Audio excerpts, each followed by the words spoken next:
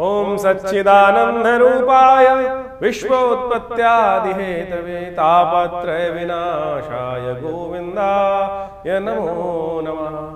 कृष्णाय वासुदेवाय हरये परमात्मने प्रणताक्लेशनाशाय गोविंदाय नमो नमः। 16 तारीख का दिन शनिवार का दिन है और जन्माष्टमी का दिवस है। बहुत सुंदर योग लेकर जन्माष्टमी आई है। शनिवार के दिन जन्माष्टमी का सुंदर योग बन रहा है। बहुत सारे लोगों को शायद ज्ञान नहीं होगा कि शनि का संबंध भगवान कृष्ण के साथ बहुत अद्भुत है। कहा जाता है, और इस बार शनिवार की जन्माष्टमी पड़ रही है। आपकी राशि के दृष्टिकोण से यदि हम बात करें, 7.5 से बचने का एक रास्ता देखी जाएगी। ये जन्माष्टमी कैसे लेंगे वो भी हम आपको बताएंगे। लेकिन सबसे पहले समझें कि शनिवार का जो शनि का संबंध कृष्ण के साथ कैसे है। भगवान कृष्ण के साथ कहा जाता है कि शनि पूरे संसार से त्रस्त थे, कोई उनको शुभ नहीं मानता, सब उनकी अवहेलना करते थे और साथ साथ एक दिन बड़े त्रस्त हुए, अपना रुदन जाकर भगवान कृष्ण के समक्ष रखे। कृष्ण जी ने उनको अपने ब्रजमंडल में स्थित कराया, जहाँ पर कहा जाता है कि ब्रज 84 कोस के अंदर कोकिला वन क्षेत्र में शनि को अपना स्थान दिया। और कहा जाता है कि शनि को जो उस दिन तेल जाके चढ़ाता है, जन्माष्टमी के दिन सुंदर योग बन रहा है। शनि की 7.5 आप पर चल रही है, तो कोशिश ये करें कुछ खास उपाय। लेकिन जन्माष्टमी इस बार शुद्ध है। 16 अगस्त को इस बार जन्माष्टमी का सुंदर योग बन रहा है और जन्माष्टमी का योग ग्रहों के दृष्टिकोण से इस बार सबके लिए, स्मार्ट वैष्णव सब लोग शनिवार को कोई मतभेद नहीं रहेगा। आमतौर पे बहुत सारे मतानुसार कई बार मतभेद उत्पन्न हो जाते हैं कि हम हमारे आचार्यों के अनुसार से इस योग में माना जाए, इस योग में माना जाए। लेकिन इस बार यदि पंचांग को देखा जाए तो बहुत सारे द्वंद्वों को करने की ज़रूरत ही नहीं है। अष्टमी उदया तिथि के रूप में विराजमान है 16 तारीख को, और उसके साथ साथ सुबह रात्रि के समय जिस वक्त भगवान का जन्म माना जाता है, उस समय वृषभ लग्न भी उपस्थित हो ही जाएगी। और साथ साथ चंद्रमा भी विशेष तौर पर यदि देखा जाए तो वृषभ राशि में ही उस दिन उच्च के विराजमान होकर रहेंगे।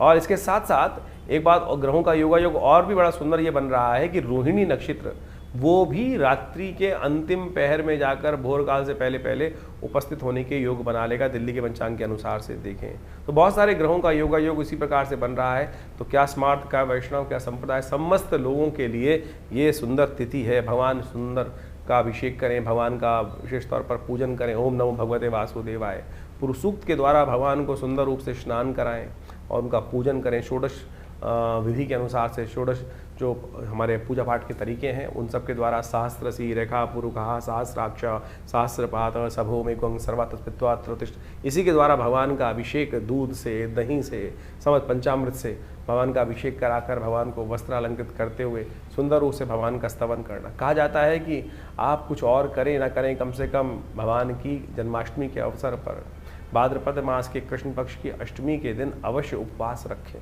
उपवास रख के भगवान का सुंदर रूप से संकीर्तन करें, पूजन करें, भगवान का अभिषेक करें, हरिनाम का संकीर्तन करें। और केवल इसी से आपके अनेक जन्मों के कष्ट जो हैं वो कट जाते हैं। उपवास रखिए। उपवास का मतलब केवल भूख हड़ताल नहीं होता है। आजकल बहुत सारी समस्याएं क्या हो गई, उपवास लोग करने की जहाँ बात की जाती है तो खाना पीना छोड़कर बैठ जाते हैं। उपवास का मतलब कतई भूख हड़ताल नहीं है। व्रत का मतलब कुछ और है। व्रत का मतलब तो विशेष तौर पर कुछ लोगों ने ऐसा बना दिया कि भैया आज भोजन नहीं करेंगे। मुझे वो बताइए, मैं सीधी तरह से उपवास करनी बहुत अच्छी, व्रत करना एक बहुत बढ़िया सिद्धांत है। खाना भी ना खाएं तो ठीक है, विश्राम मिलना चाहिए। लेकिन एक बात, छोटी सी बात समझने की आवश्यकता है। आपका बच्चा यदि सुबह से लेकर शाम तक कोई बात कर रहा हो, आप ये चाहिए, पिताजी ये चाहिए, माताजी ये चाहिए, और सुबह से लेकर दोपहर तक, रात तक खाना ना खाए, तो मुझे एक बात बताएं, क्या माता पिता प्रसन्न होंगे? या माता पिता विशेष तौर पर उनका खून नहीं चलेगा कि बच्चा खाना नहीं खा रहा है, और भगवान आपके माँ बाप प्रसन्नता से अपने जीवन यापन कर पाएंगे? नहीं कर पाएंगे। तो शास्त्र में कुछ भ्रांतियां उत्पन्न हो गई हैं। लोगों ने भूख हड़ताल को व्रत मान लिया है। व्रत का वास्तविक अर्थ जो है वो है उपवास। वास का मतलब है रहना, उप यानी जहां से हो, जहां रह रहे हो वहां से हटने का प्रयास करो, कहीं और वास करो, वहां से अपने आप को उठाओ और प्रभु के सानिध्य में जाकर वास करने का प्रयास करो। शांति से प्रभु का स्मरण करो, सात्विकता के साथ रहो, प्रभु के श्री चरणों में निवास करो, तब तो व्रत हुआ, तभी तब तो उपवास हुआ। नहीं तो केवल भूख हड़ताल हुई, नहीं तो जिद हो गई। आपको खाली ना खाना, खाना ना खाना भी एक प्रकार से उपव्रत कहा जा सकता है, लेकिन कुछ कालांतर में ऐसी भ्रांति उत्पन्न हो गई है बहुत सारी चीज़ों ने कि भूख हड़ताल, पेट को कुछ नहीं देना, उसी को हम व्रत मान के बैठ गए हैं। लेकिन और उस दिन एक समझे कि जिस दिन खाना नहीं खाया, कुछ नहीं किया, उस दिन क्या होगा, और बाहर की चीज़ सब खा लेंगे, कुट्टू के आटे से लेकर पता नहीं क्या क्या, पकौड़ी, चाट पकौड़ी इत्यादि समस्त खाने की व्यवस्था बना लेंगे। तो फिर वो क्या हुआ, फिर तो वो कुछ और ही हो गया ना। इस व्रत में हरिनाम का संकीर्तन, जागरण, भगवान के नाम का जप, भगवान के क्रियाकलाप जो हैं उनकी कथाएं पढ़ना, उनकी कथा सुनना, उनके मंत्र का जप करना, दान पुण्य करना, सात्विकता का से जीवन निर्वाह करने का प्रयास करना, और विशेष तौर पर मनसा वाचा कर्मणा प्रभु के नाम का संकीर्तन करना, ये तो हुआ उपवास। तो अब आप देख लीजिए आप क्या कर रहे हैं। तो परमात्मा की कृपा प्राप्त करने के लिए फिर कहते हैं लोग संकट नहीं हरे, कष्ट नहीं हरे। तो ऐसे में कष्ट कहाँ हरेंगे। तो इसलिए इस बात को समझें कि इस जन्माष्टमी पर हम भगवान का षोडशोपचार पूजन करें। हमने विवेकानंद योगाश्रम में इस दिन विशेष भगवान का पूजन रखा है शाम के समय, जो करीब करीब यज्ञ के साथ आरंभ होगा और भगवान के पूजन के साथ सुंदर व्यवस्था बनेगी। भगवान को विशेष तौर पर षोडशोपचार पूजन कर उनका विभिन्न प्रकार से, विभिन्न औषधियों से उनका अभिषेक रहेगा, भगवान का पूजन रहेगा, भगवान के नाम का संकीर्तन रहेगा, कीर्तन पूजा पाठ सबकी व्यवस्था है। आप अवश्य भगवान के नाम के संकीर्तन में उस दिन पधारें आश्रम पर, विवेकानंद योग आश्रम में। प्रभु की कृपा से सुंदर कल्याण का अवसर बनेगा। भगवान के नाम का संकीर्तन कर हमारे इस आश्रम पे, जिसमें पिछले करीब आप मान के चलें 50-60 सालों से नित्यपति 8 घंटे यज्ञ होता है। माँ भगवती का सुंदर शिव विग्रह, इस दिन भगवती दुर्गा का भी प्राकट्य उत्सव है, आप महामाया जी का भी प्राकट्य उत्सव माना जाता है, जो भगवान कृष्ण के साथ ही उत्पन्न हुई थी। भगवती दुर्गा की उपासना इस दिन विशेष तौर पर की जानी चाहिए, और भगवती दुर्गा के साथ साथ भगवान कृष्ण की सुंदर उपासना कर इस संसार में शांति स्थापित करने के लिए, कष्टों को निवारण करने के लिए, बिना भगवती की, बिना शक्ति की उपासना किए बिना भगवान की कृपा नहीं होती। तो इसलिए सुंदर रूप से आप अपने कार्यक्रमों में, यज्ञ में सम्मिलित हों। भगवान के नाम के संकीर्तन में हम विशेष रूप से कार्यक्रम रख रहे हैं, तो आप अवश्य अपना स्थान आरक्षित कर इस कार्यक्रम में सम्मिलित हो सकते हैं। मीन राशि वालों, सुंदर रूप से जन्माष्टमी का सुंदर योग आप लाभ लेने का प्रयास करें। जन्माष्टमी के दिन जो सुंदर योग बन रहा है आपके ग्रहों को ठीक करने के लिए, एक तो शनि स्तोत्र का पाठ अवश्य कीजिएगा। नमः कृष्णाय नीलाय शितिकंठ निभाय च, नमः कालाग्नि रूपाय कृतांताय च वै नमः। ये शनि को मनाने का बहुत सुंदर योग है। और देखिए, हम सब स्वार्थी हैं कहीं ना कहीं, तो संसार में हम परमात्मा की उपासना करते हैं, कहीं ना कहीं स्वार्थ लेके करते हैं, तो कम से कम इसी भाव को रख के करें कि शनि महाराज पर भगवान कृष्ण से यही प्रार्थना करें कि शनि को हमारे अनुकूल करने का प्रयास करें। देखिए, आपकी राशि के दृष्टिकोण से भगवान को आप स्नान कराएं। शाम को बहुत सुंदर वेला में, जब वृषभ लग्न आरंभ हो जाए, तो भगवान को सुंदर स्नान कराकर उनका पूजन करें, और उस समय भगवान को पीले वस्त्र अर्पित करने का प्रयास करें। भगवान का जो विशेष तौर पर पंचामृत आप बना रहे हैं उसमें केसर अवश्य डालिएगा। कदली का फल भगवान को अर्पित करने का प्रयास करें, और उनको पीले वस्त्र पहनाने के बाद मोर मुकुट उनके ऊपर लगा दें, और कोशिश ये करें इस मोर मुकुट को अगले दिन प्रसाद स्वरूप में लेकर आप अवश्य जब भगवान को वस्त्र अगले दिन बदलें तो मोर मुकुट दूसरा लगा दीजिएगा। ये उतरा हुआ मोर मुकुट है, ये अपने पास, अपने पर्स में, अपने पास कहीं ना कहीं रख लीजिए। देखिएगा शनि का तमाम जो नेगेटिव प्रभाव है वो एक तरफ हो जाएगा। शनि भगवान की कृपा से ओम नमो भगवते वासुदेवाय का मंत्र जप करते हुए इस दिवाली, इस जन्माष्टमी पर सुंदर रूप से भगवान का पूजन करने का प्रयास करें। प्रसाद में आपकी राशि के दृष्टिकोण से देखें, एक औषधि का विषय है विशेष तौर पर। 5 मगज से बनी हुई मिठाई, केसर युक्त मिठाई भगवान को भोग लगाएं और उसका प्रसाद ग्रहण करें। हमारे यहाँ आमतौर पर जन्माष्टमी में जो मिठाई बनती है वो साधारण मिठाई नहीं होती है। नारियल की, 5 मगज की, धनिये की, गोंद की, इस प्रकार से अनेक औषधियों की मिठाई बनाई जाती है। और ये विशेष तौर पर आपकी राशि के दृष्टिकोण से, ज्योतिष के दृष्टिकोण से यदि देखें तो स्वास्थ्य को लाभ देने के लिए, ग्रहों का उपचार करने के लिए बड़ा अद्भुत कार्य करती है। तो आपकी राशि के दृष्टिकोण से हमने आपको बताया 5 मगज की केसर युक्त मिठाई आपके लिए संपूर्ण रूप से कष्ट को दूर करने वाली रहेगी और आपके स्वास्थ्य को भी लाभ देगी। तो इस प्रकार से इसको मनाएं, कल्याण होगा। तो ग्रहों का योग आपने समझा। इस वक्त भाद्रपद का महीना चल रहा है और भाद्रपद के महीने में जो ग्रहों का योग परिवर्तन का योग बनाएगा वो तो आपके समक्ष ही है, लेकिन एक विशेष योग बन रहा है कि इस भाद्रपद में 5 रविवार का योग बन रहा है। और इस बार राजा भी सूर्य ही हैं, पूरे जो विश्व के राजा हैं, संवत के राजा हैं। और उसके दृष्टिकोण से यदि ग्रहगण प्रभाव देखा जाए तो इस बार पूरे विश्व में अच्छी खासी वृष्टि के योग बन रहे हैं और वो इतनी ज़्यादा हो गई है, कई जगह लोग परेशान भी हो गए, त्रस्त भी हो गए हैं। और इस बार 5 रविवार का योग भाद्रपद में जो दिखा रहा है वो वास्तविक तौर पर एक बात को भी इंगित करता है कि जो इस वक्त भयावह पूरे विश्व में पानी की त्रासदी चल रही है, अतिवृष्टि होने के योग बन गए हैं, उससे कहीं ना कहीं अब कुछ ना कुछ रास्ता, बचाव का रास्ता बनता भी दिखाई देगा। लेकिन ये कहीं ना कहीं प्रकार से जो भाद्रपद महीने में यदि 5 रविवार पड़ जाए तो एक बात कही जाती है, युद्ध की आशंका, युद्ध की अफवाहें, कहीं ना कहीं मतभेद बहुत ज़्यादा कहीं ना कहीं संसार में बढ़ जाते हैं और कहीं ना कहीं आपस में मनभेद भी होने लगते हैं। इस वक्त विश्व में जिस प्रकार से जो योगा योग बन रहा है वो कहीं ना कहीं आपदाओं का संकेत भी देता दिखाई दे रहा है। और ऐसे में जो अन्न इत्यादि के संबंध में जो कार्य करते हैं उनको भी थोड़ा सावधान रहना चाहिए। तेजी का माहौल बनता दिखाई दे रहा है। विभिन्न अन्न के क्षेत्र जितने भी हैं, खाद्य पदार्थ जितने हैं, गेहूँ इत्यादि, चावल इत्यादि और बहुत सारी और भी जितनी चीज़ें हैं, उन सब में कहीं ना कहीं जो अतिवृष्टि के कारण से जो योग बनते दिखाई दे रहे हैं वो कहीं ना कहीं महंगाई को बढ़ाने की तरफ योग बनाते दिखाई दे रहे हैं। ऐसे में आपकी राशि के दृष्टिकोण से जो योग बन रहे हैं वो आपने अच्छे समझें।